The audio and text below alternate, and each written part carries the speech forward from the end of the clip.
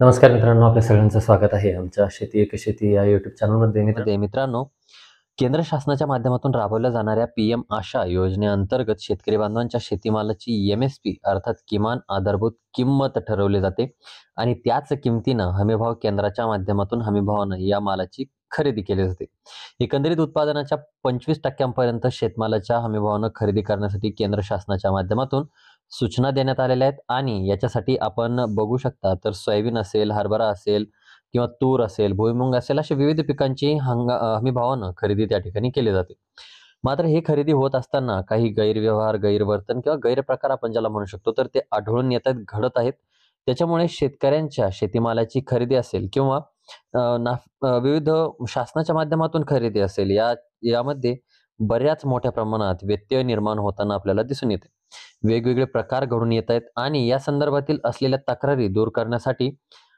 17 February 2025 रोजी राज्य शासनाच्या माध्यमातून एक अतिशय महत्त्वाचा असा शासन निर्णय निर्गमित करण्यात आलेला आहे आणि त्या संदर्भातील सखोल माहिती आपण आजच्या व्हिडिओच्या माध्यमातून जाणून घेण्याचा प्रयत्न करणार आहोत. परंतु त्या अगोदर जर आपण आमच्या चॅनलवरती नवीन असाल तर चॅनलला सबस्क्राईब करा, बेल आयकॉनला क्लिक करा, जेणेकरून अशाच पद्धतीचे नवनवीन व्हिडिओज आपल्यापर्यंत पोहोचत राहतील.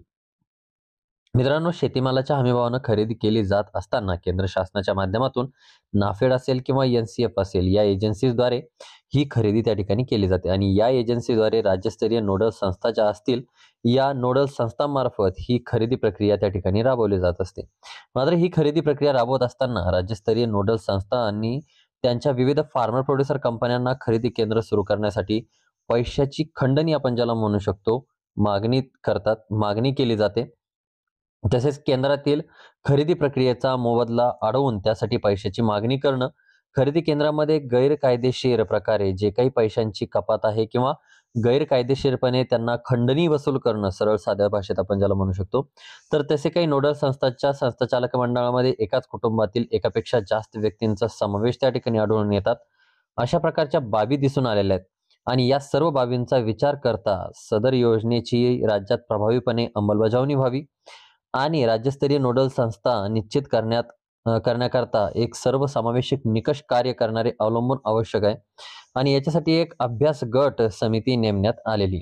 ज्याच्यामध्ये आपण बघू शकता की व्यवस्थापकीय संचालक महाराष्ट्र राज्य सहकारी पणन संघ मुंबई हे अध्यक्ष असणार आहेत, राज्य प्रमुख नाफेड मुंबई हे सदस्य असणार आहेत, पणन संचालक महाराष्ट्र राज्य पुणे हे सुद्धा सदस्य असणार आहेत, कार्यकारी संचालक महाराष्ट्र राज्य कृषी पणन मंडळ पुणे हे सदस्य आहेत, श्री सुनील पवार सेवानिवृत्त पणन संचालक पुणे हे सदस्य आहेत, सरळ व्यवस्थापक महाराष्ट्र राज्य सहकारी पणन महासंघ मुंबई हे सदस्य सचिव आपल्याला या ठिकाणी यामध्ये बघायला मिळणार आहेत. आता ही जी काही समिती आहे या समितीच्या माध्यमातून एका महिन्यामध्ये आपला अभ्यास करून अहवाल शासनासमोर सादर केला जाणार आहे आणि याच पार्श्वभूमीवरती अभ्यासाच्या आधारे या अभ्यासाला अनुसरून किंवा या निकषांच्या शेवटी राज्य शासनाच्या माध्यमातून या नोडल संस्थांना निश्चित करण्याकरता निकष आणि कार्यप्रणाली निश्चित केली जाणार आहे. मित्रांनो, फार्मर प्रोड्युसर कंपनीकडे जर पैशाची मागणी करणं, त्यांची अडवणूक करणं हे सर्व प्रकार झाल्यामुळे ही साहजिकच या फार्मर प्रोड्युसर कंपन्यांच्या माध्यमातून शेतकऱ्यांना त्रास त्या ठिकाणी दिला जाणार आहे. जेणेकरून ज्या फार्मर प्रोड्युसर कंपनीजच्या माध्यमातून त्या समोर अधिकाऱ्यांना जे काही खंडणी आपण ज्याला म्हणू शकतो ती दिली जाते, त्याच पद्धतीनं ते त्यांचं नुकसान टाळण्यासाठी आपल्या शेतकरी बांधवांकडून तो पैसा रिकव्हर करायला त्या ठिकाणी सुरुवात करू शकतात आणि या सगळ्या गोष्टींची म्हणजे त्या पैशांची भरपाई असेल ती शेतकऱ्यांच्या माध्यमातून ती करून घेतली जाते. अशा प्रकारे डायरेक्टली शेतकरी बांधवांचं या ठिकाणी आपल्याला नुकसान होताना त्या ठिकाणी दिसतं आणि आता राज्य शासनाच्या माध्यमातून हा एक महत्त्वाचा असा निर्णय घेऊन हे जे काही नुकसान आहे तर हे शेतकरी बांधवांचं सहित त्याचबरोबर फार्मर प्रोड्युसर कंपन्यांवरती सुद्धा जरब लावण्यासाठी एक महत्त्वाचा निर्णय या ठिकाणी ठरणार आहे, ज्याच्या माध्यमातून शेतकरी बांधवांचे जे काही हमीभाव केंद्रांच्या माध्यमातून जो काही आपण साध्या भाषेमध्ये थोड्याफार प्रमाणात छळ आपण ज्याला म्हणू शकतो तर तो कुठेतरी त्या ठिकाणी थांबणार आहे आणि शेतकरी बांधव थोड्याफार प्रमाणात का होईना पण सुखावला जाणार आहे.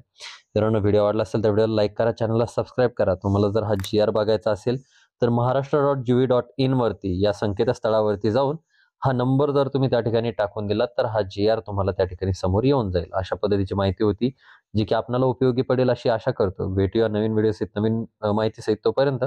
धन्यवाद मित्रांनो.